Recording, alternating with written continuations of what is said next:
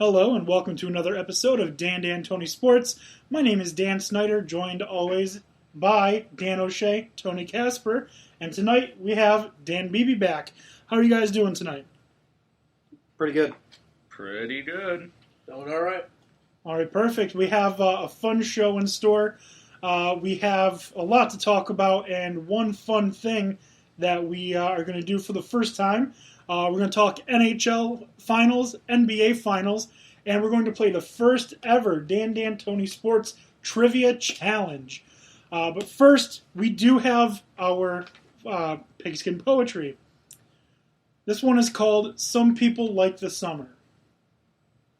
Some people like the summer, but I long for fall. That marks the return of my dear football.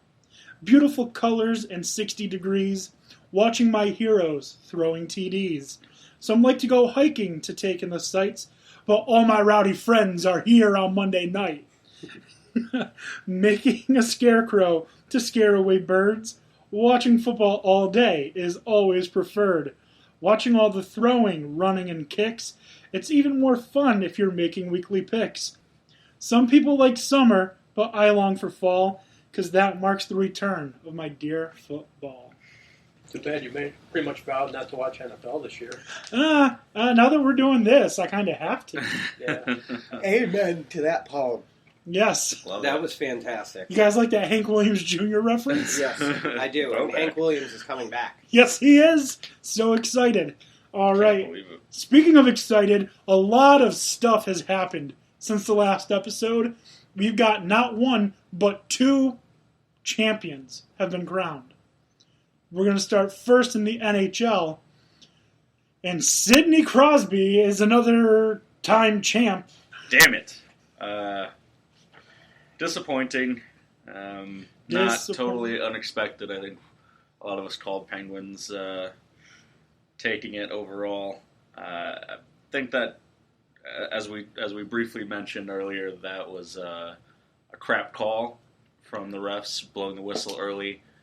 When that pretty clearly would have been a goal for the Predators, would have been a 1-1 game. There would have been no second empty net goal for the Penguins, and who knows what could have happened. I'm sure any Predators fans out there are extremely upset. Is what it is, though.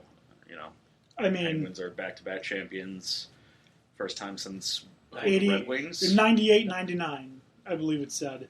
Yeah, the Red Wings. And they could be the first three-time champions since the 80s. The mythical three-peat. Oh, don't say that. There's a trademark on that, and we ain't got no money. There's a trademark on what? Mythical? Three-peat? Three-peat. There's a trademark on three-peat. I think it's Pat Riley who has it. I think He would. Yeah. He would. Yeah. Just say back to back to back. Are good. Yeah. What a purple pounder. So anyways, what you're referring to is the officials. I don't think they're called refs in hockey, right? I call them refs. You can call him ref official. It doesn't really matter. As long as you don't call them umpires. Yeah. The officials, the refs, the zebras, whatever you want to call them. Not NASCAR officials. Yeah, not NASCAR officials. We don't talk about NASCAR. Damn right. Just Talladega Nights. Just Talladega Nights. Yes, that's the only NASCAR here. The zebras on the ice blew the whistle, and we can only speculate that they were blowing the whistle on the play for fear of goalie safety. Now, what had happened, Dan? Why don't you explain? Because you're more articulate than I am. Well, it was a shot on goal. Who was in goal? It wasn't Fleury. I always forget who the Penguins goalie is now. But it hit. It looked like he made the save. I think it was glove side, and it went under his arm and trickled out. The refs blew the whistle, blew the play dead, as they're wont to do because they're trying to usually protect the goalie. But in this case, there was no one around the goalie that was posing a threat, that was hacking and slashing at him, and the puck trickled through and was on the ice behind the goalie, and another Nashville player did a diving little poke check into the net, but they blew the whistle right before that. And once it's called dead, there's nothing they can do after review. They can't change the call. They can't posthumously give a point. Yeah, it's the whistle blew, the play is over, and I think that's been happening increasingly. They're doing it too much, and I'm all for protecting goalies, but when there's no one around them, you don't need to blow it dead that quickly. You don't even have an eye on the puck, obviously, since you're calling it dead when the puck's behind the goalie. Well, it was too quick of a call. I mean, you don't make that call in that instance, especially in Game 6 of the Stanley Cup Finals. If there's something that needs to be reviewed later, that's a possibility that they have to be able to do. But when you blow the whistle and kill the play is dead there. So there's no way to go back and say, oh, well, they would have scored a goal. And especially on this type of a stage, because my mentality has always been, at least in the finals or in the Super Bowl, let people play. I want to see the athletes determining the end of this game. And I felt like when that was blown dead and ended that goal from going in, that changed the momentum and the flow of the game, and it was a completely different game thereafter. If that play is allowed to go on as it should have, we could be talking about this being us going into Game 7 right now. Yeah. Right. Which I think I really wouldn't want to see, because I would know Game 7, the Penguins would definitely win. I mean, I think we're going to recap it. We all saw that Penguins had the real possibility for the win here. I mean, it did go what we thought for a distance. I think it could have gone to the 7 with that goal being allowed, but I mean, the Penguins just had especially with the Predators at home. That's just that changes everything too. Yeah, because that kills your momentum. That kills the crowd. Mm-hmm. That kills everything they had going for them. It just soured the entire event, in my opinion. And I mean, the series went down the way I thought it was most likely going to go down. I think we knew the Penguins were going to walk away with it. I was hoping for Nashville, but it is what it is. Hopefully somebody can knock them off again, because I've had enough of Crosby. At least, though, they didn't go down the way of the Colorado Rockies, getting their first World Series and getting swept. So yeah, that's true. Could have been worse. And I think we'll see the Predators again real soon in the playoffs. I think they've got a nice core, and obviously everything changes next season, but I think they've got a very nice group, especially defensively. They've got a lot of talent on that team. I think back to the playoffs and do another deep run. So the one thing from this series that I think bothered me the most is how wrong I was about Sidney Crosby. I had defended him, saying, yeah, he's a jerk. Yeah, he's hated because he's great, but he's not dirty. After what I saw him do to Subban, he's dirty. Oh, yeah. He gets it in, but he gets away with it. He gets the star treatment. It was like a full 30 seconds that he held Subban's head down. And I know, Dan, you're going to say, because we discussed this earlier this week, that it looked like Subban was trying to get his stick. Or, I mean, not Subban. Crosby's trying to get his stick, and Subban was holding it down, or something along those lines. But there's no need, even if that's the case, for you to have your hand on his head, putting all of your weight into it. It's the same hand that was wrapped around his stick that he's trying to pull out. Yeah, he's hitting Subban's head down a little bit, and there's certainly a bit extra there, but that's not the first instance of this in this playoff. If you look back and watch Crosby, to me he's throwing elbows when he knows he can get away with it. And directly that's how he's been playing his whole career. Yeah, no, it's true. He gets away with it a lot. Yeah, I'm no Crosby defender. I just don't think this was anything truly egregious, especially compared to playoff hockey. I think this is kind of par for the course when it comes to the Cup. I think if their roles were reversed, maybe Subban would have gotten called with a penalty. Oh, of course he would, because he got up and he hit him in the chest. and he got called for a minor, and they went on a power play, right? Which is ridiculous.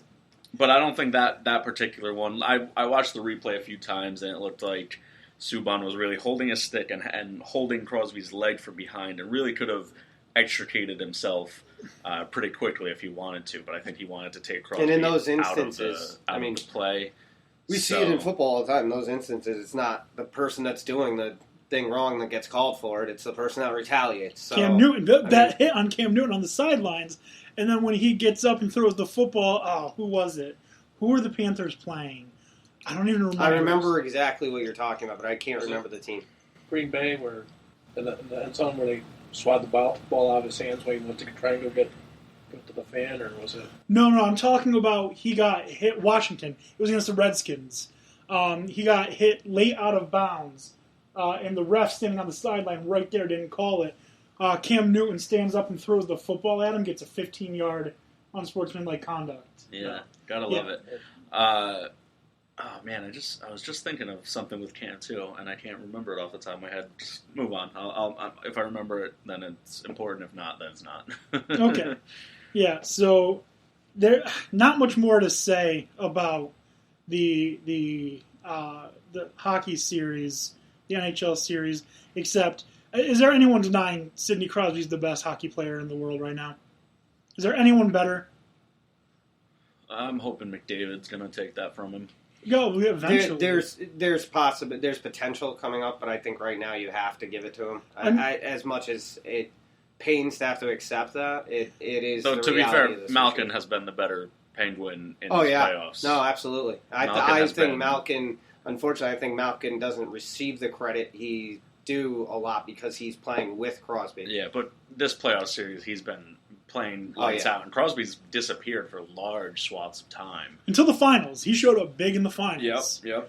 But he got pretty much carried there by Malkin. So right, yeah, I know that is a very, very valid point. Without Evgeny Malkin, it's the Washington Capitals in the Stanley Cup Finals. I don't know about that. With Sidney Crosby out and no Evgeny Malkin playing well, who's going to take on Ovechkin? No one. Well, the Capitals are just going to fold under pressure. Yeah, okay, right. Senators probably would have beat them. Yeah, no, the Senators would have. And I think that's a very, very good point that Evgeny Malkin is probably the best Robin, quote-unquote Robin, in the NHL.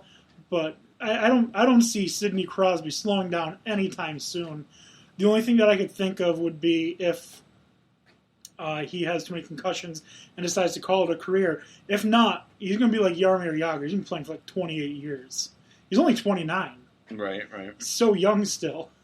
And he's already a multi-time Stanley Cup winner, multi-time Conn Smythe winner. He's, without a doubt, the best hockey player in the NHL. Carlson got a vote for Conn Smythe. Yeah, he did. Yeah, he did. My boy Erik Karlsson, man. Well deserved. Best defense in the playoffs, Erik Karlsson. I think I can say that pretty confidently. The one thing that I do want to point out, everyone that I talk to gives me trouble for this.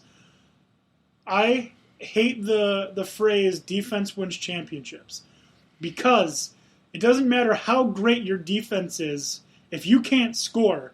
And the Mets from last year, 2 years ago, perfect example.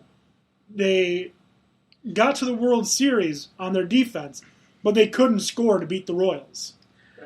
I mean, it's, you could say the opposite side of the coin too, that no matter how good your offense is, if you can't stop another team from scoring, then you're not gonna win a title either. It's it's two extremes. I think the defense wins championships thing is just a way to get people pumped to actually play defense, because offense is more fun. It's more fun to score. Defense is a little harder to work. I disagree, depending on the sports. I prefer hitting people. I am in full agreement. I played defense for every sport I've played. Yep.